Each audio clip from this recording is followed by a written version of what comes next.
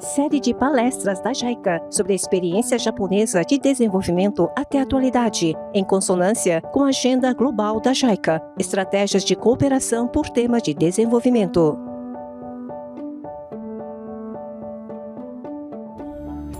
Experiência do Japão na construção de um Estado pacífico, reconstrução pós-guerra e de desastres. Experiência de reconstrução pós-guerra e de desastres.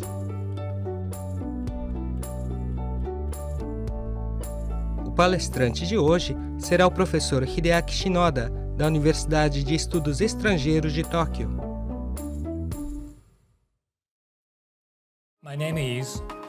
Meu nome é Hideaki Shinoda e sou professor da Universidade de Estudos Estrangeiros de Tóquio. Que lições podem ser aprendidas com a experiência japonesa de construção da paz e reconstrução pós-conflito? Esta palestra se concentrará em como o Japão alcançou a reconstrução pós-guerra e pós-desastre depois de passar por guerras e desastres naturais. Em particular, vou apresentar os exemplos da cidade de Hiroshima, que foi devastada pelo bombardeio atômico de 1945, e da cidade de Higashi Matsushima, que teve muitas vítimas do terremoto e tsunami causados pelo grande terremoto do leste do Japão de 2011. A experiência do Japão na reconstrução pós-guerra e pós-desastre mostra que seus líderes e funcionários públicos têm seus respectivos papéis a desempenhar. Por isso, é importante que o governo e os habitantes trabalhem juntos com uma visão em comum para se recuperar de conflitos ou desastres e construir um país pacífico. Em maio de 2016, o então presidente dos Estados Unidos, Barack Obama, visitou Hiroshima. Antes da visita, se dizia que haveria oposição à visita de um presidente dos Estados Unidos a Hiroshima, do país que lançou as bombas atômicas. No entanto, quando o presidente Obama visitou Hiroshima, o povo recebeu de braços abertos e muitos de forma calorosa. Pessoas de diferentes países muitas vezes perguntam se o povo de Hiroshima odeia os Estados Unidos. É claro que, dependendo da pessoa, cada habitante de Hiroshima se encontra em uma fase diferente e passa por um processo de perdão e reconciliação diferente. Então, por que receberam o presidente Obama de forma calorosa? Qual foi o processo de recuperação de Hiroshima dos danos causados pela bomba atômica e como ela veio a ser conhecida como uma cidade da paz? Na época da restauração Meiji e início da modernização do país no século XIX, Hiroshima era uma região do Japão onde samurais desprivilegiados e agricultores pobres viviam insatisfeitos. Sadaaki Senda, o primeiro governador da província de Hiroshima, tentou resolver o problema criando terras por meio de projetos de aterramento de grande escala. No entanto, as terras criadas pelas obras de aterramento não eram adequadas para a agricultura, e Senda deixou Hiroshima decepcionado e a província com uma enorme dívida. No entanto, quando a Guerra Sino-Japonesa estourou em 1894, o moderno porto de Ujina, que Senda construiu como parte das obras de aterramento, chamou a atenção do governo. A estação de Hiroshima era a estação localizada mais a oeste da rede ferroviária do Japão da época.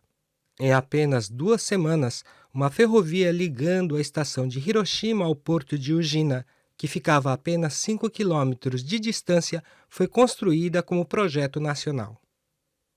Quando a guerra sino-japonesa começou, soldados, armas e suprimentos foram transportados de ferrovia até o porto de Ugina e depois de navio para os campos de batalha. A sede do império, a dieta imperial e até mesmo o imperador mudaram suas bases para Hiroshima. De repente, Hiroshima passou a servir como capital do Japão por mais de um ano. Isso não só elevou o status político de Hiroshima, mas também levou ao florescimento da indústria militar. Hiroshima, que ficou conhecida como capital militar, também pôde resolver o problema da insatisfação de samurais descontentes e agricultores pobres.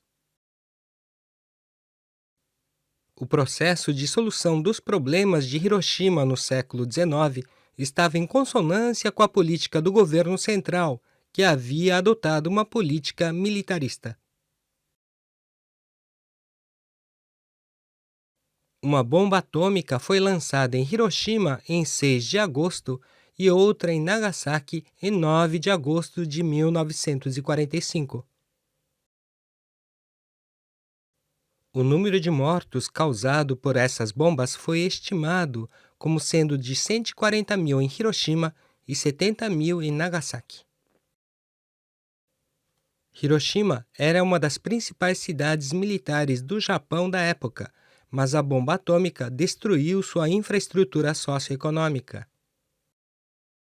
Mesmo logo após o bombardeio, funcionários públicos sobreviventes, mesmo enfaixados, continuaram a trabalhar para resgatar e socorrer a população. 3 dias após o bombardeio, alguns serviços de bonde voltaram a funcionar e 4 dias depois, a água foi compartilhada por meio de bombas d'água.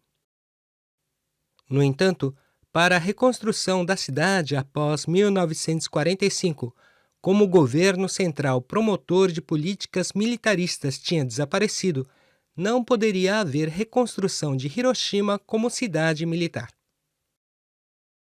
A reconstrução de Hiroshima exigia ideias fundamentalmente novas, começando pela criação de uma nova visão. Sob a liderança de Shinzo Hamai, que foi o primeiro prefeito democraticamente eleito de Hiroshima em 1947, a cidade passou por uma grande mudança de estratégia. Hamai reconheceu que novas ideias seriam necessárias para a recuperação de Hiroshima. Isso porque a antiga forma de solução de problemas não seria capaz de lidar com os problemas da nova situação da cidade. Assim, ele estipulou uma visão em que Hiroshima poderia se tornar uma cidade memorial da paz, precisamente porque a bomba atômica havia aí caído, e buscou a cooperação das autoridades de ocupação e de políticos e funcionários do governo central. General Douglas MacArthur, comandante supremo das forças aliadas, recusou o pedido de assistência financeira do predecessor de Hamai, dizendo que os Estados Unidos não poderiam apoiar Hiroshima para aliviar sua consciência. No entanto, quando Hamai disse que não queria nenhuma assistência financeira, mas sim apoio espiritual para fazer de Hiroshima uma cidade da paz, MacArthur prometeu dar seu apoio total. O general também instruiu o governo japonês ocupado a cooperar com a cidade de Hiroshima.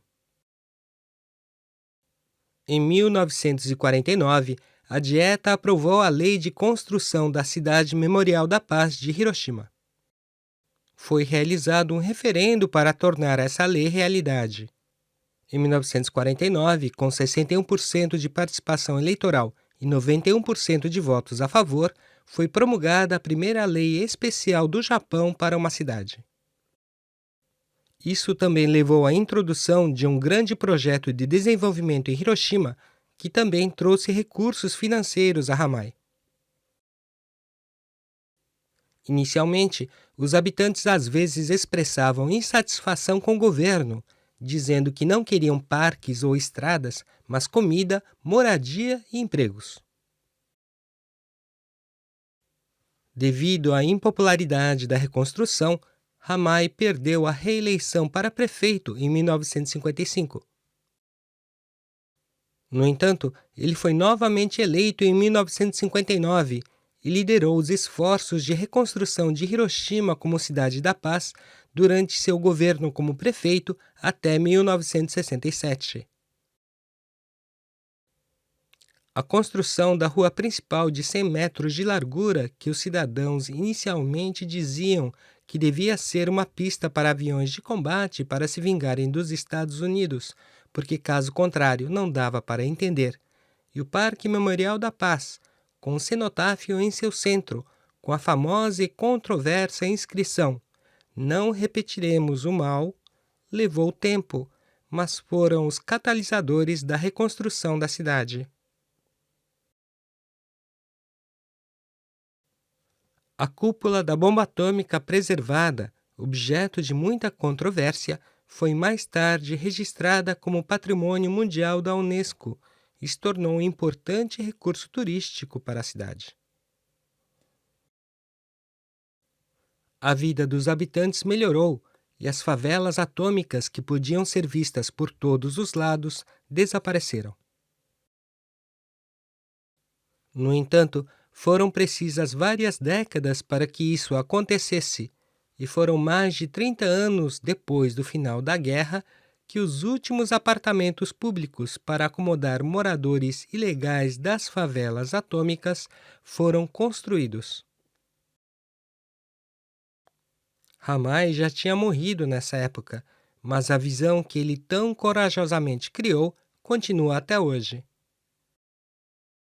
A reconstrução exigiu um enorme esforço dos habitantes, mas foi a visão de Hamai de reconstruir e restaurar Hiroshima como cidade memorial da paz que a impulsionou nessa direção. Hoje, o povo de Hiroshima é muito orgulhoso de suas conquistas, de modo que dão as boas-vindas a um presidente dos Estados Unidos que respeita o grande feito de reconstrução da cidade. Hiroshima e Nagasaki não foram as únicas cidades afetadas pela guerra.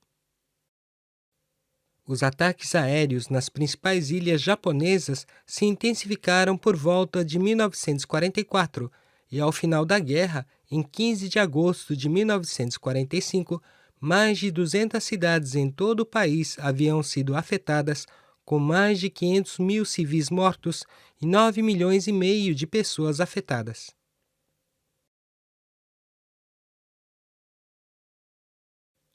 Tóquio não foi exceção e sofreu repetidos ataques aéreos, como o ataque aéreo de 10 de março de 1945, que é dito ter resultado em 80 mil mortos, possivelmente mais de 100 mil em um único dia. A experiência de reconstrução do Japão no pós-guerra foi uma iniciativa que cobriu todo o país. Em novembro de 1945, o Estado criou a Agência de Reconstrução da Guerra e promulgou a Lei Especial de Planejamento Urbano, que permitiu que cidades como Nagoya, Sendai, Kobe e Hiroshima conseguissem se reconstruir de uma maneira próxima ao plano original. Por outro lado, o Estado decidiu excluir os distritos que tivessem sido sujeitos a rezoneamento no passado. Tóquio, que foi submetida a um grande rezoneamento com o grande terremoto de Kanto de 1º de setembro de 1923, ficaria excluída. Tóquio, assim, desenvolveu o Plano Metropolitano de Tóquio para a reconstrução da guerra, o qual expandiu o plano de reconstrução do grande terremoto de Kanto e empreendeu esforços de reconstrução. Na realidade, as restrições financeiras e administrativas impediram que o plano de reconstrução tomasse forma com facilidade e foi dada prioridade ao asseguramento de habitações e outras formas de estabilidade civil. Mas o plano de reconstrução de Tóquio foi uma continuação do plano de reconstrução do grande terremoto de Kanto e conduziu a Tóquio de hoje. A seguir, vejamos agora o caso recente do grande terremoto do leste do Japão de 2011. Em 11 de março de 2011, o Japão foi atingido por um grande terremoto com epicentro na costa do Pacífico, na região de Tohoku. Com uma magnitude de 9,0, foi o maior terremoto já registrado no Japão. Além do terremoto, o tsunami gerado por ele causou grandes estragos à região de Tohoku e muitas outras áreas no leste do Japão. O terremoto deixou cerca de 18 mil mortos, 2.500 desaparecidos e, a certa altura, 470 mil pessoas tiveram que viver evacuadas. Ocorreu também um acidente nuclear em Fukushima. Na cidade de Higashi Matsushima, que tinha uma população de 42 mil habitantes antes do desastre, 1.110 pessoas morreram e 24 ficaram desaparecidas. 65% da área urbana foi inundada pelo tsunami e 97% das casas da cidade foram danificadas.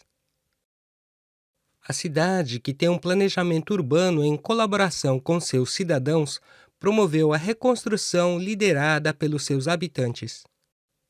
Ela tem experiência anterior ao terremoto na tomada de decisões por meio de consultas entre autoridades municipais e residentes, e isso foi bem aproveitado no processo de reconstrução do terremoto. Sr. Takahashi, ex-funcionário da cidade, é uma das pessoas que apoiaram a reconstrução de Higashi Matsushima. Quando a cidade de Higashi Matsushima foi formada, através da fusão de duas cidades, queríamos criar uma comunidade verdadeiramente em colaboração com cidadãos. A iniciativa foi o principal pilar do plano original de construção da nova cidade. Com essa política, a comunidade se ajudaria mutuamente e não dependeria só da administração municipal. A cidade criou uma estrutura de autoajuda e ajuda mútua para soluções em áreas de difícil acesso aos serviços públicos e trabalhou na criação de centros cívicos, que são administrados por organizações locais de governação autônoma que representam os cidadãos. Esforços feitos antes do desastre funcionaram na recuperação após o desastre. Na cidade de Higashi Matsushima, a ajuda mútua desempenhou um grande papel, com os moradores de áreas que sofreram danos relativamente menores, ajudando os das áreas costeiras mais atingidas. Além disso, cada cidadão agiu com um senso de autoajuda, no qual fazia o que podia por si mesmo. Ao mesmo tempo, a cidade de Higashi Matsushima elaborou diretrizes de recuperação e reconstrução um mês após o desastre. As diretrizes definem claramente a postura básica do governo de prosseguir com a recuperação e a reconstrução enquanto constrói um entendimento comum entre os setores público e privado. Com base nessa postura básica, foi elaborado o Plano de Reconstrução e Desenvolvimento Comunitário. As opiniões dos residentes locais foram amplamente refletidas no desenvolvimento do plano. Perguntamos ao Sr. Takahashi sobre a criação do plano de reconstrução. A reconstrução começou quando pedimos aos residentes que nos dessem a sua opinião sobre um plano de reconstrução. Não tínhamos nenhum funcionário sentado atrás de uma mesa decidindo para onde as pessoas seriam reassentadas. Começamos a consultar organizações colaboradoras focadas principalmente nos membros do Conselho de Voluntários e nos membros da diretoria para o acordo de reassentamento. Perguntávamos o que achavam. Nós os consultávamos e eles sabiam das coisas. Então a palavra começou a se espalhar. Recebíamos informações como aquela área candidata, conheço a pessoa daquele proprietário, aquele lugar não tem água ou as estradas podem passar por aqui. Havia tantas pessoas que sabiam muito mais do que nós. As ideias deles eram definitivamente melhores do que as nossas, porque eles já tinham locais candidatos em mente. Assim, podemos dizer que o que foi importante na reconstrução do Japão pós-guerra e pós-desastre foi o governo e a população trabalharem juntos com uma visão em comum e que os habitantes também se uniram, conscientes de que eram os atores principais no processo de reconstrução. As experiências de Hiroshima e de Higashi Matsushima estão sendo transmitidas a pessoas em países e regiões afetados por conflitos. Muitos funcionários de governos estrangeiros de países afetados por conflitos têm visitado Hiroshima para aprender sobre a experiência japonesa. O que aprendi com Hiroshima no ano passado, quando fiz uma viagem de estudos, foi o sistema de governança da província de Hiroshima. A forma de relacionamento das comunidades com o governo local. Ainda estamos lutando contra o conflito, mas há muitos problemas que identificamos ao trazermos as comunidades para ajudar e ver como essas tragédias podem ser reduzidas.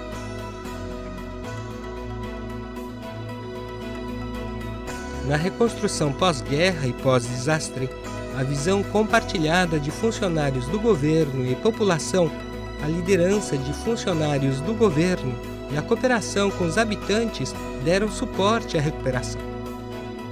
O importante é que os governantes e a população pensaram no futuro e, mesmo em circunstâncias difíceis, nunca desistiram.